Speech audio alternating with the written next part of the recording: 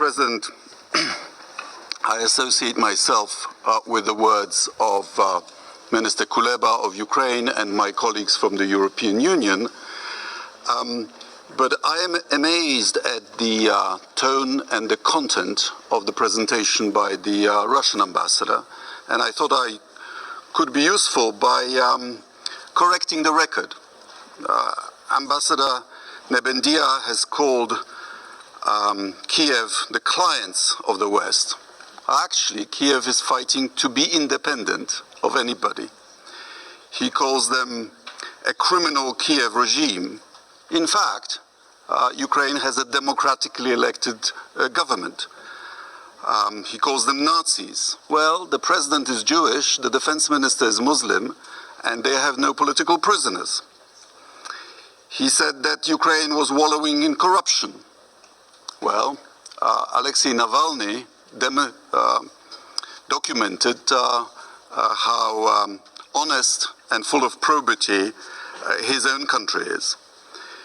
He blamed the war on US neocolonialism. In fact, it is Russia that tried to exterminate Ukraine in the 19th century, again under the Bolsheviks, and it's the third attempt. He said that we are prisoners of Russophobia. Phobia means irrational fear. Yet we are being threatened almost every day by the former president of Russia and by Putin propagandists with nuclear annihilation. I put to you that it's not irrational. When Russia threatens us, we trust it. He said that we are denying Russia's security interests. Not true. We've only started rearming ourselves when Russia started invading her neighbors. He even said that Poland attacked Russia during World War II. What is he talking about? It's the Soviet Union that attacked Poland together with Nazi Germany on the 17th of September 1939. They even held a joint victory parade on the 22nd of September. He says that Russia has always only beaten back aggression. What were Russian troops doing at the gates of Warsaw in August 1920? They were on a topographical excursion? No, the truth is that for every time that Russia has been invaded, she has invaded 10 times. He says that this is a perfidious proxy war by the West. My advice is, don't fall into the Western trap.